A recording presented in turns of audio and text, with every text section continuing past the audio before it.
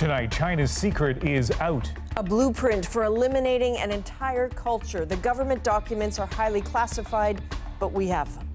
These are mass brainwashing centers. Roughly 1 million people forced into camps. Now we know what's happening inside. Hong Kong votes. CBC News is there as millions deliver a victory to pro-democracy candidates. No matter how good you are, there's always a risk that you're going to take a shortcut. A nurse goes public about the rising number of surgeries where tools are left behind inside patients. And the big game to end a big drought. This is The National. Tonight, we show you proof of the largest mass incarceration of an ethnic or religious minority since the Holocaust. There have been whispers out of China about Muslim minorities, predominantly Uyghurs, being rounded up. Now there's a crack in China's wall of secrecy. CBC has been investigating these detention camps along with the International Consortium of Investigative Journalists, which obtained and verified secret leaked Chinese documents. Within them, a story of people in China's northwestern province of Xinjiang who seem to disappear off the streets. Their family members tracked around the globe, even to Canada. These are the China cables. China doesn't want the world to see Xinjiang up close, to see the crackdown it calls an answer to terrorism. There have only been fleeting glimpses of swelling detention centers, but now there's real proof. Secret blueprints of mass incarceration and indoctrination of Muslims. How this happens is outlined in meticulous detail in these secret documents, including a record of a 7-day sweep in June of 2017 in which more than 15,000 people were picked up off the streets and sent to these so-called education centers. But make no mistake, the orders in here are clear. These are prisons. Those inside must spend at least a year in them. One document is a series of decrees on how to maintain security. Prevent escape is the first and a repeated priority, especially during class, eating periods, toilet breaks, bath time, and medical treatment. That includes full video surveillance coverage of dormitories and classrooms free of blind spots, as well as a rollout of secret forces to prevent people from joining forces and causing trouble. By the term religious extremism, the Chinese mean Islam. Albanian-Canadian historian Olsi Azeshi sees in the documents echoes of what he saw for himself. Once doubtful of the detention of reportedly mostly Uyghurs, he recently asked for and got an official tour. His videos of smiling students, seemingly learning Mandarin, dancing, initially fit the government narrative.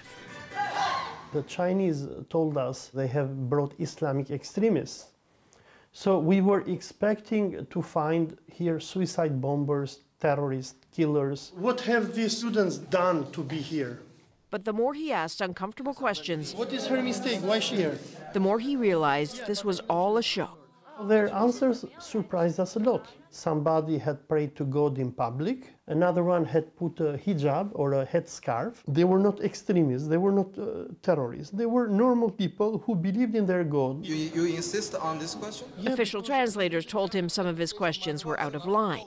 And when he noticed an odd wound on a woman's hand, an official interpreter became fed up. You can give me 2 million to rescue her. Why? Really? Because you are so nice. He realized they could not leave. They'd been forced to confess supposed crimes. In these centers, what they are doing is exactly what we read in George Orwell's novel 1984. These are mass brainwashing centers. And back on the streets of Xinjiang, the homes of the roughly 1 million detained are sometimes locked. Signs telling all the disappeared residents are being looked after.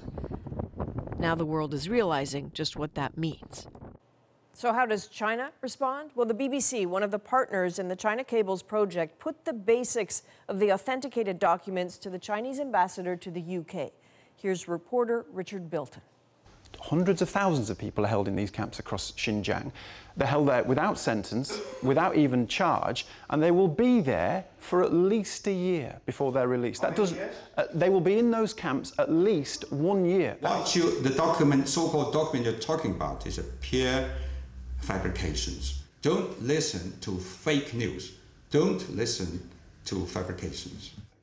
The evidence extends past these verified documents. We've connected with Uyghurs living here in Canada, including one young man who confesses he's afraid even here, and he's not alone. You know, we're working hard to protect your identity here. Why does that matter to you? Because Chinese government can track you everywhere you want, everywhere in the country or outside the country, through your phone or through other people around you. Usually they get this information from your parents or your relatives.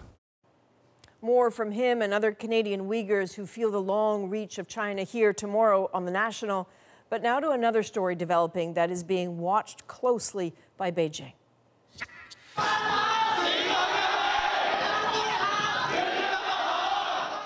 In Hong Kong, a seismic political shift. Local elections, normally a pretty sleepy affair, saw supercharged turnout, landslide victories for the pro-democracy camp, and cratered support for pro-Beijing lawmakers. In Hong Kong, watching the story is Greg Rasmussen.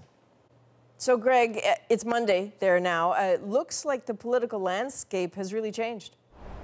Adrian, these results are incredibly dramatic. The pro-Beijing elements here were hoping to push back against the protest movement. Instead, it appears pro-democracy forces have pulled off a major victory, and signs of that began early. Throughout Election Day, long lineups. In the end, voter turnout records were smashed by people eager to have their say. When we have an opportunity to vote, we have to vote. It's really important. It represents the people's voice. Democracy and freedom will eventually win. This voter, born in the United States, cast his first ever ballot as a new Hong Kong resident. It feels good, yeah, as it did when last time I voted in the U.S. as well. The vote comes after months of civil unrest, with fierce battles between police and protesters on the streets and at university campuses. More democracy at higher levels of government and police accountability are two key demands of the pro-democracy camp. Those elected in these low-level local elections won't have a great deal of power to make change. But it was the first opportunity since the clashes began to measure public opinion at the ballot box. This election is widely being seen as a referendum on the government, and particularly how it's conducted itself in recent months. This Canadian political scientist is in Hong Kong doing research. She says this election and its impact on the city's future within China will have a ripple effect on Canada. There are many other people who went to school in Canada, in high schools and universities, and have a real feeling of attachment to Canada. And I think that we should be concerned about their well-being and their rights and freedoms. So, Greg, what happens to either the protesters or the government from here? Well, this large win for the reformers further erodes the credibility of the higher level of government here, the pro-Beijing Legislative Council. Now, the pro-democracy movement is suddenly in a much stronger position in terms of its legitimacy. But the key question is, will leaders in Beijing tolerate a more liberal, a more democratic Hong Kong inside communist China? Adrian? All right, thanks, Greg. That's Greg Rasmussen in Hong Kong. CBC News is rolling out a series of special stories examining China's expanding influence this week in a project we're calling China's Power. We kick off our series with a look at China's ambitious plan to circle the globe with Chinese-built and financed infrastructure. Tune in right here on The National tomorrow night at 10 p.m. local on CBC TV and CBC Gem. Now to our ongoing Go Public investigation into surgical equipment mistakenly left inside patients. More people are sharing their stories, and a longtime OR nurse tells Rosa Marcatelli it may keep happening because surgical teams are under pressure and sometimes in a rush. A Go Public story on the alarming number of medical devices left inside patients after surgery brought it all back for Tracy Ann Wallace.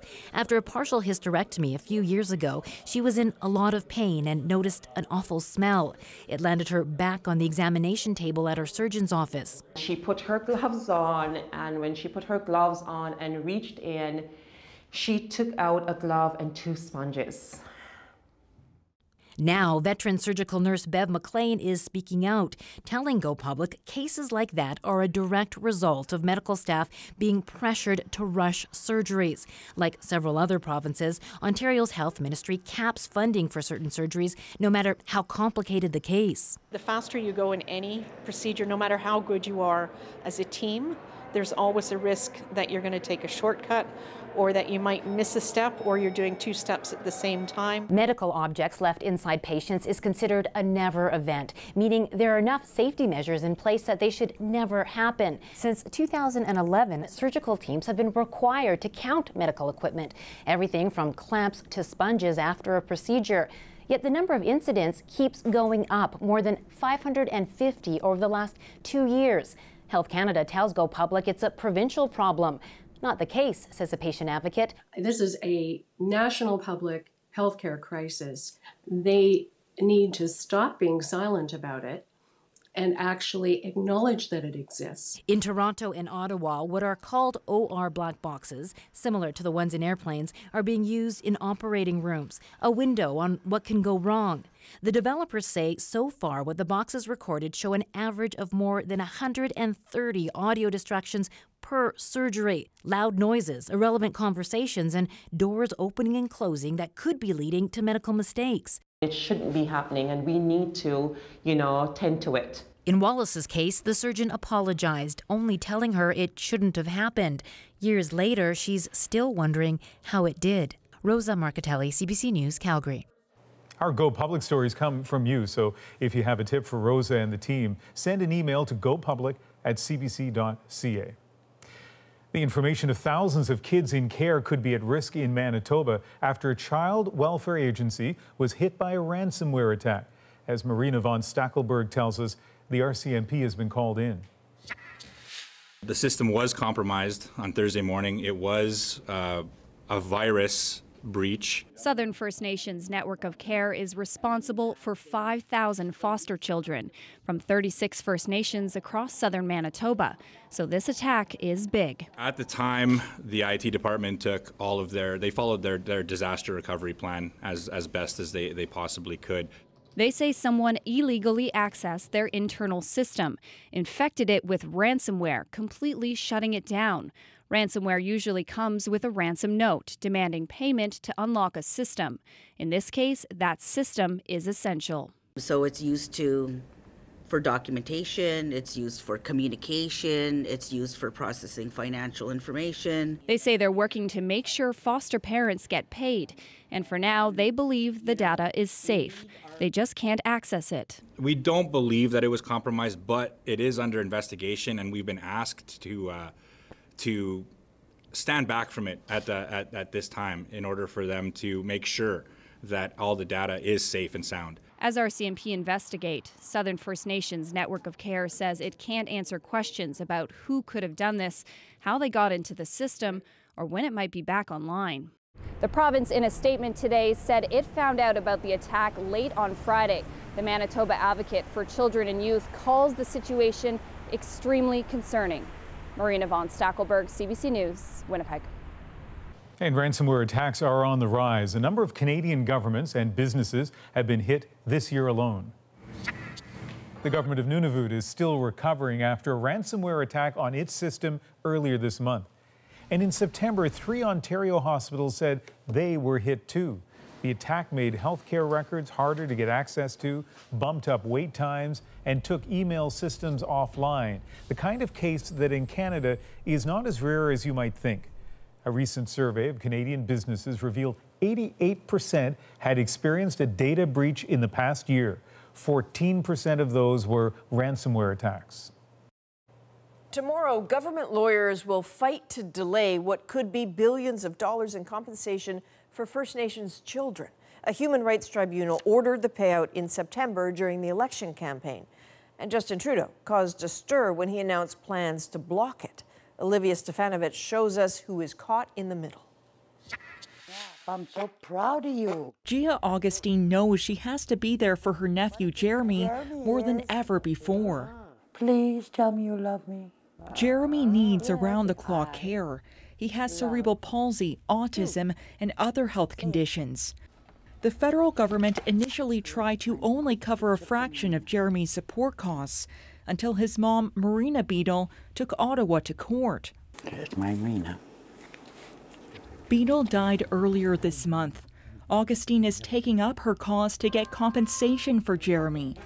He's covered by a recent Canadian Human Rights Tribunal ruling that ordered $40,000 for each child affected by the on-reserve child welfare system, and to any First Nations child denied access to full government services. It's what Marina wanted.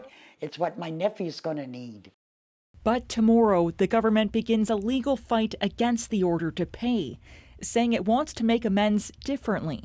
We feel that there are issues with the tribunal ruling. The government takes issue with the cost, potentially $8 billion, and the limited scope. It only covers cases since 2006, leaving out kids affected after the 60s scoop ended in 1991. There are a lot of people who would be unfortunately on the wrong side of that date and not dealt with in a fair way. The government wants to settle the entire matter outside of the tribunal, possibly through a class action lawsuit that's already underway but hasn't been certified. I can't believe I'm still going back to court 13 years after this thing was filed. Advocates for First Nations children accuse the government of trying to dodge the full cost. If the number becomes very large, into the billions of dollars, that's only because Canada chose to discriminate against so many children. Families say justice has already taken too long for the tens of thousands of children affected. Olivia Stefanovic, CBC News, Ottawa. Here's some other stories we're watching tonight. U.S. Supreme Court Justice Ruth Bader Ginsburg home from hospital. She was admitted Friday for chills and fever. The 86-year-old has previously been treated for lung, colon, and pancreatic cancer. Her health is watched closely because a vacancy would allow Donald Trump to appoint a replacement. And the weather is complicating the fight against Australia's wildfires. Officials say Victoria's Great Dividing Range is as dry as it would be in January or February. And there are dire reports about the impact on animals, with the Australian Koala Foundation claiming the fires have made the animals, quote, functionally extinct. That story was widely shared on social media today, and we asked Anita Bath to look into it. She's in our national newsroom in Vancouver. And Anita, what have you found? Ian, there's no doubt koalas are in danger. We've known that for some time. And these wildfires are certainly making the situation worse by destroying much of their habitat. But some say calling it functional extinction is a bit extreme. The scenes are horrific. A koala's cry as it suffers in an Australian bushfire. But despite claims made by the nonprofit, koalas aren't disappearing entirely, according to experts. So functionally extinct means that there aren't enough koalas left to reproduce. Simply not the case, she says. There are koalas in areas that we don't even know about. Which makes counting all of them impossible. Koalas cover a huge range. In some areas of Australia, they're still doing fine. In some areas in southern Australia, they're considered to be overabundant. And in some areas, they're definitely on the way to functional extinction. They may even be locally extinct. The same nonprofit that raised the world's alarm about the koalas also says 80% of the koala habitat in Southeast Australia has been destroyed, killing up to 1,000 of them. But the concern from outside researchers is that claiming the situation is even worse than it is not the way to help the already suffering koala population. Ian? Anita Bath in our national newsroom in Vancouver. This weekend, Halifax was swimming with global power players for its annual International Security Forum. Top brass, statesmen and security experts exchanging ideas on peace, chaos, and conflict. And the keynote speaker today was the former president of Ukraine, Petro Poroshenko. Events in Ukraine aren't just a critical security concern across Europe. They are, of course, at the heart of the impeachment drama in Washington.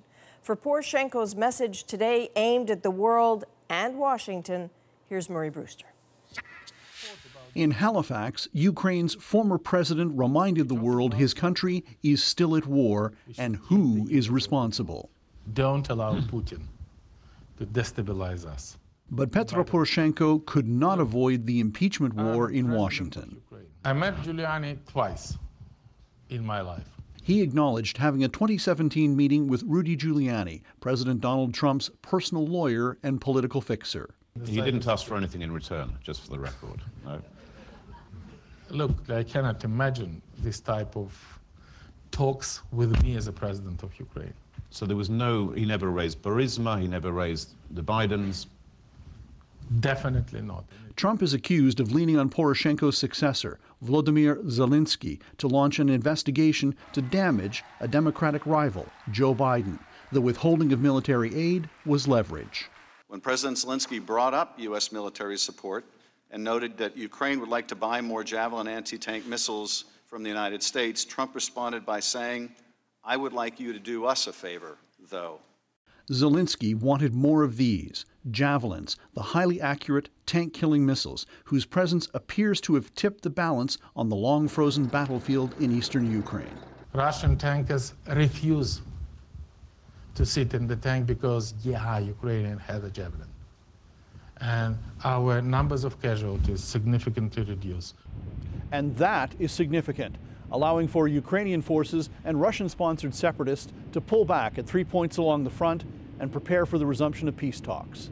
It's a pretty significant step. More importantly is that it gets us to the point and we can sit down. But for the Ukrainians, the Trump impeachment and the withholding of military aid have been huge distractions for them, Washington, and the West. Murray Brewster, CBC News, Halifax. Now that public hearings have wrapped up in that impeachment inquiry, the Democrat in charge is talking about what comes next. As Katie Simpson tells us, Adam Schiff says there's already lots of evidence to implicate Donald Trump.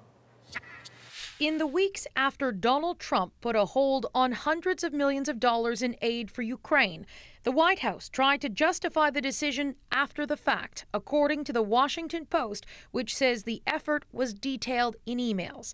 It's another setback for the president as Democrats vow to press on with their impeachment investigation. The evidence is already overwhelming. The Democrat overseeing that investigation hit the Sunday political talk show circuit, saying the probe will move forward, even though key witnesses, including former National Security Advisor John Bolton, have not yet agreed to testify. He will have to explain one day, if he maintains that position, why he wanted to wait to put it in a book instead of tell the American people what he knew when it really mattered to the country. Schiff won't try to force Bolton to come forward because the court process to make that happen could slow down impeachment by weeks, if not months.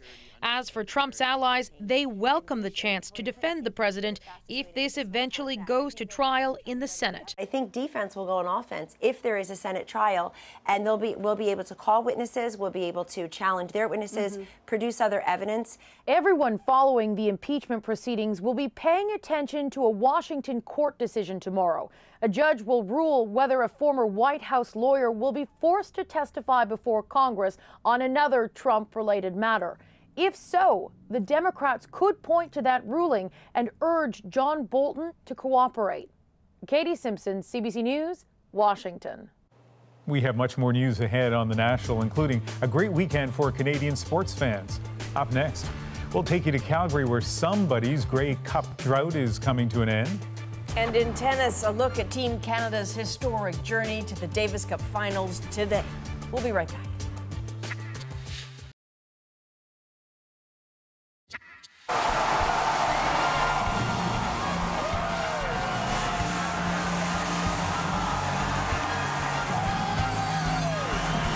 Well, enjoy a moment decades in the making. Tonight, the Winnipeg Blue Bombers are Grey Cup champs for the first time since 1990. But their win, of course, means another decades-long drought continues for their opponents. The Hamilton Tiger Cats haven't won since 1999. Aaron Collins just outside the stadium tonight. Aaron, I know it's loud, a lot of excitement, also a lot of disappointment there tonight. A little bit. A lot of disappointment, not disappointment behind me. Obviously, to the victors go the spoils, but Tiger Cats fans who are streaming out of this stadium, very disappointed, certainly not the result they were looking for, but even in defeat, Tiger Cats fans were very gracious, congratulating Blue Bombers fans, proving that that this is a very unique event, Ian, a place where even rivals can share a laugh and a beer. This is the Grey Cup Calgary style. No team in the big game this year, but happy to celebrate with those that do. Calgary has thrown one heck of a party. Couldn't ask for a better turnout. The weather is phenomenal for a Grey Cup, like, excellent. The Zeton brothers drove here from Winnipeg full of hope despite their team's drought. It's been terrible. Well, but hey, they're our boys. Got to keep supporting them year after year, and this is going to be the year.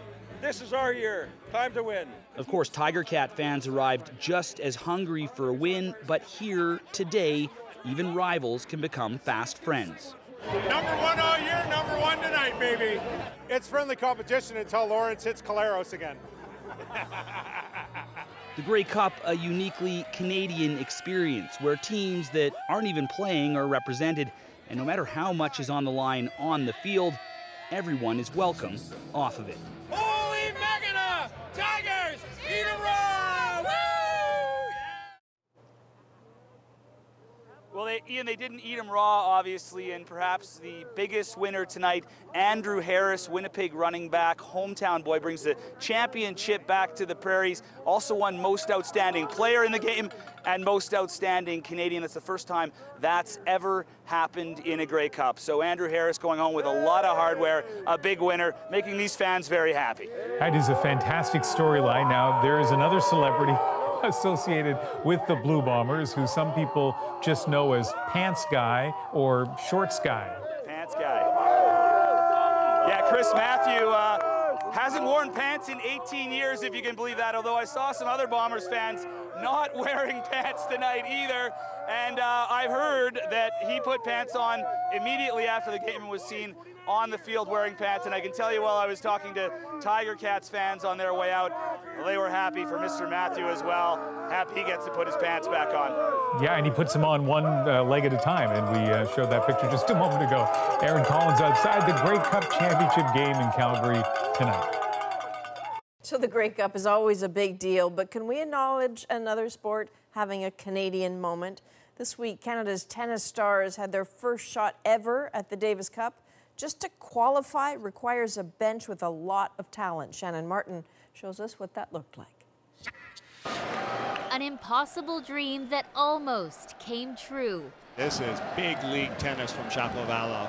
The world's best, veteran Rafael Nadal of Spain kept on his toes by a superstar in the making.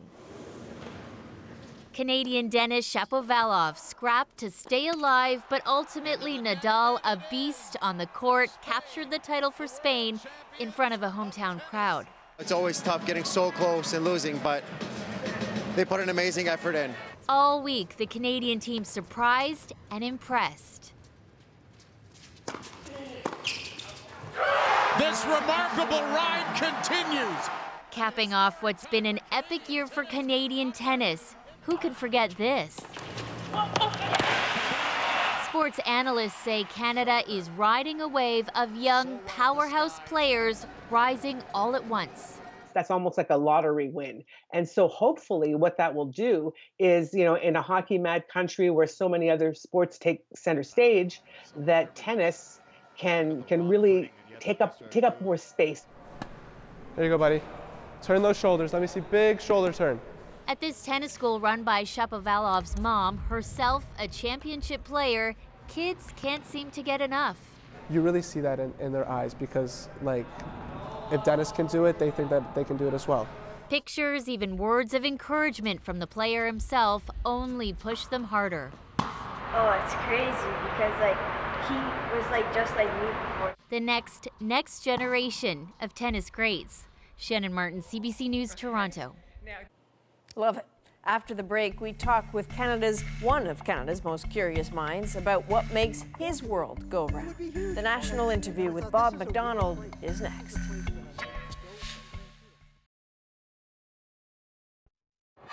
In cloning, you just use the genetic material from one parent and you duplicate it. For decades, Bob McDonald has explained to us how science works, using plain language and an impressive array of props. Now the host of CBC Radio's Quirks and Quarks has written a book about his lifelong passion. Andrew caught up with Bob McDonald for tonight's national interview. One event that would be important to an astrologer is a planetary conjunction. Bob McDonald will tell you he is bilingual, speaking English and science. And I wanted to show you about that by using an orange and some little discs that I have on the table here. 2 astronauts went on a spectacular spacewalk. To talk about what they were trying to do, we're joined by Bob McDonald. He's been our translator for more than 40 years for all those things that leave us wonderstruck. I'm sure you're curious too, or you wouldn't be here. Explaining the quirks and quarks of it all so we can understand science just a little bit better. He has been made an Officer of the Order of Canada. This thing is heavy. It really feels like the biggest thing that could possibly happen to me. Picked a tune with an astronaut, even had an asteroid named after him. You know why I want to get back soon. Now, he's written a book that flirts with the space-time continuum, a trip through his celestial memory. I met up with Bob McDonald earlier in Toronto. Bob. Andrew. Always nice to have the chance to Great to talk to you. You and I have actually had a few chances to talk to each other.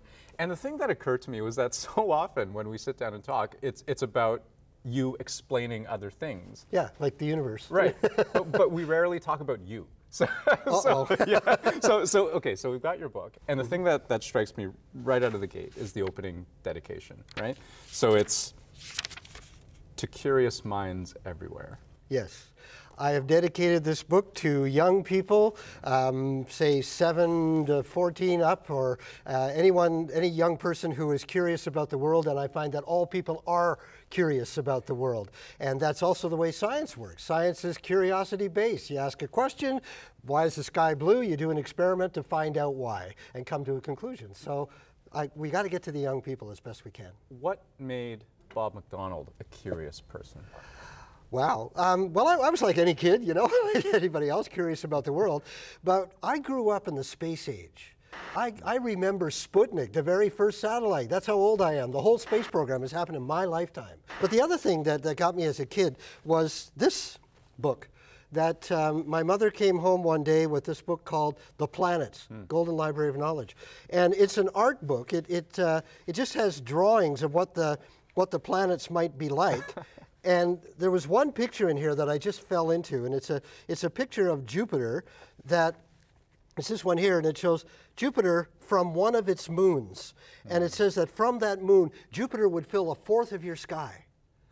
A fourth of your, it would be huge. That's all you'd see. And I thought, this is a real place. This is a place that I might go someday and see that.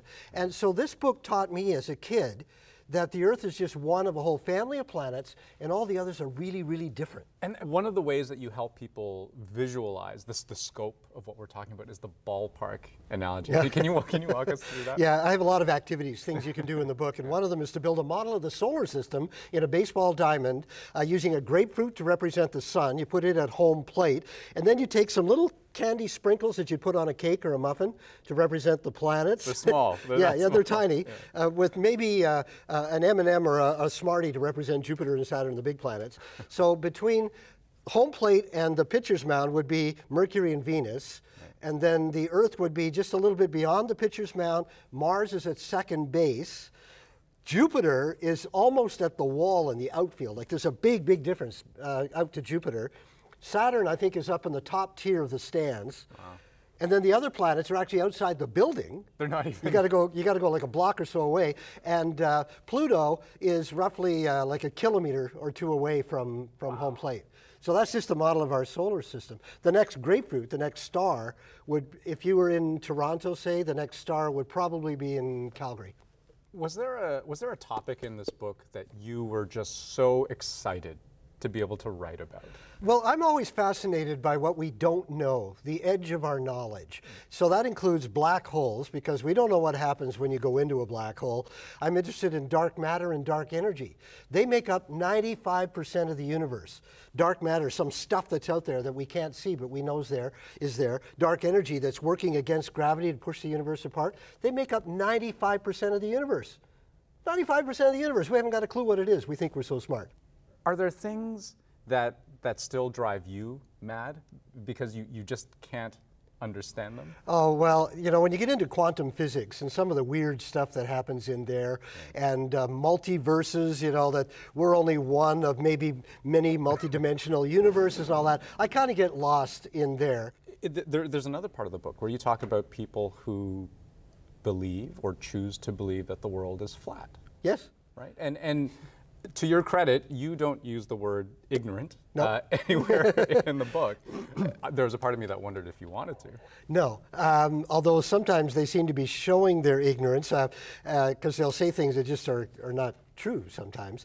I have difficulty with the difference between science and pseudoscience. There's a lot of pseudoscience out there right now. Conspiracy theorists, or climate deniers, or people, creationists, things like that, that tell me that the science is wrong. And it's because of belief. And science isn't about belief. Science is about gathering evidence. You can believe whatever you like. I have no trouble with faith or things like that. But don't tell me that the science is wrong. They're just two different ways of looking at the universe. Science is self-correcting. Science has made mistakes in the past. We've gotten things wrong. That's why it's a community. Somebody will come along and say, hey, I've improved on that old idea. You know, Isaac Newton told us about the laws of gravity. And it all works perfectly fine, even today. But then Einstein came along and he said, I've got a bigger picture that involves the entire universe. And it's a little different. He didn't say that Newton was wrong, he just improved on it. And that's what science does. It builds on itself and it's self-correcting. It can feel like we live in this world now of, I mean, there's information, but misinformation, disinformation, That's right. truths, but half-truths, yes, and individual truths, news and fake news. Does some of that just kind of piss you off?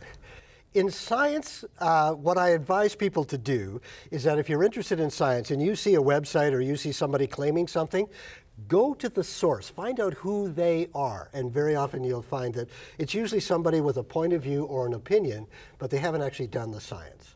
So if it's real science, go for that. So that's a challenge, just to find the difference between science and pseudoscience. But the question was, does it piss you off? Sometimes.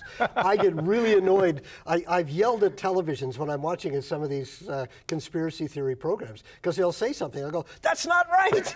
That's not right. What you said is not right. But to the layperson, you don't know, because it's so scientific sounding.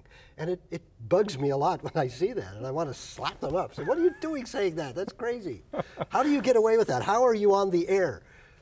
Yeah, I do get angry sometimes. That was the first time I've ever heard Bob McDonald say he wants to slap someone. I want to ask you about the end of the book. And I don't think this was an accident or by chance. I think this was probably a deliberate decision on your part to end with a conversation about space garbage, junk that we've thrown up there. Yes.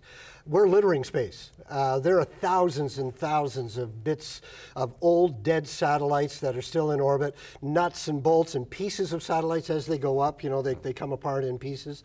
And it's becoming more and more of a problem. In fact, when they're thinking about sending up new satellites, they have to make sure that there's a clear space, because they might run into junk. And in space, things are moving so fast that if you hit something, even something the size of this, if it hits you, it's going at thousands of kilometers an hour, so it has the impact of a grenade on you. Right. It can do a lot They're of like damage. bullets. I mean, just kind of spinning around, right? So we have to clean that up, and that's a big issue. And I guess the real ending of the book was the look back, right, to where we all live, the place that we call home. You know, Andrew, ever since I was inspired by this book as a kid to understand planets, and I've had the pleasure as a journalist to witness the exploration of the planets by robots. I was there when we went to Mars and Jupiter and Saturn at mission control, going, wow, look, we're seeing these for the first time. It's been really, really exciting. And we found planets going around other stars, thousands of them, but none of them are like the Earth. None of them are like the Earth. They'll all kill you. Mars doesn't have any oxygen. If you go there, you got to wear a spacesuit just to go for a walk on Mars. All the planets will kill you. And the Earth is the only one that we have that you can go outside naked if you like. It's okay, you don't die. Well, it's mostly okay. Yeah, okay. But this is it. We haven't found another Earth yet. That's the holy grail in space exploration. We will one day, but it's going to be really far away. We can't get to it. So I've really come to appreciate planet Earth as the crown jewel of the solar system, the Garden of Eden that we live in. It's beautiful. And yeah, the other planets are really neat, but we can't live on them. So let's take care of this one. Always enlightening, Bob. Thanks, Andrew. A pleasure. Next, fans who felt shut out of hockey until now, on the road with the Black Girl Hockey Club, right after this.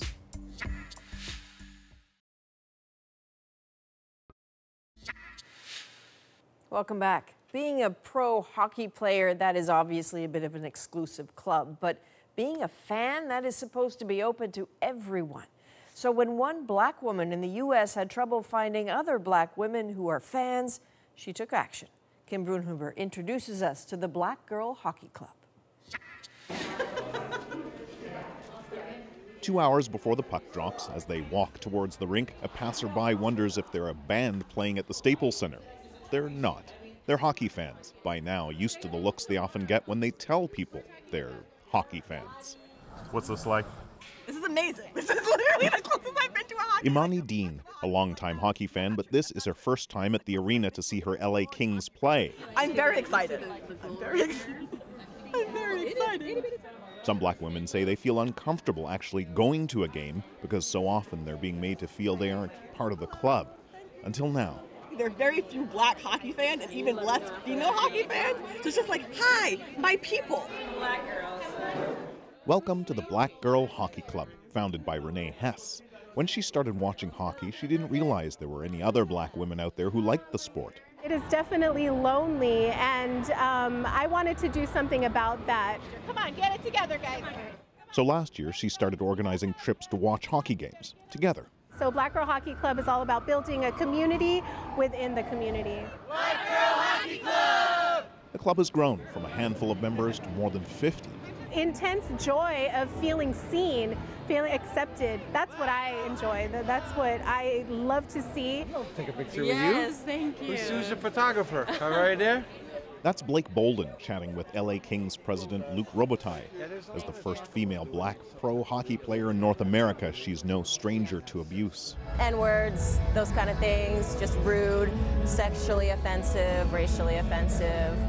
Now she's thrilled to have found a group in which she can get support and give it. And I just hope to continue to inspire every person to want to try the game just to get it more, more colorful. The club's youngest member, 12-year-old Lincoln Brown. That's her riding on the Zamboni. She plays for the Junior Kings. Was even chosen to launch the Kings' new jersey, and the blowback on social media says her mom was sexist, racist, and cruel. As a mom, how did that make you feel? Disappointed. You would think that in this time, people would be more accepting. This group, Brown says, makes her feel something important, something rare, included. I think that's important so we could have more of a, make this sport more diverse. It's a little thing, but little things, Hess says, turn into big things. The message to all black girls who love hockey: you have people that look like you out there. We're gathered, we're here, we're a family, and we're here for you. Every meeting, every game, they say, builds a future in which there is no Black Girl Hockey Club, only Hockey Club. Kim Brunhuber, CBC News, Los Angeles. When we come back, an iconic Montreal Christmas display has a new home and the same old charm. That is our moment next.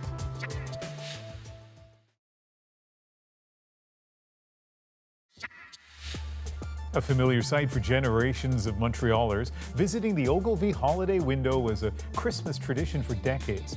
Now the seasonal landmark has been carefully preserved in a new home. Instead of drawing shoppers into the landmark department store, the display is now in a museum. The effort to keep a 70-year-old Christmas tradition alive is our moment. This is the power of social history. The full feeling, exactly what was the actual feeling when it was in front of Ogilvy. I think what's really special about those Christmas windows, pretty much as, it's the case for any kind of tradition, including Christmas traditions, it actually brings generations together. For the second year in a row, my other son asked to come take a look at the McCord Museum window. So we try to carry on the tradition. It's something I grew up watching and participating in as a child, and I think it's a nice cultural experience here in Montreal. I just went back to my childhood. I felt like, okay, if I had something like that when I was a kid, I'm really happy to see that. You were standing in the cold, but this is the Christmas flavor of it, so we love it.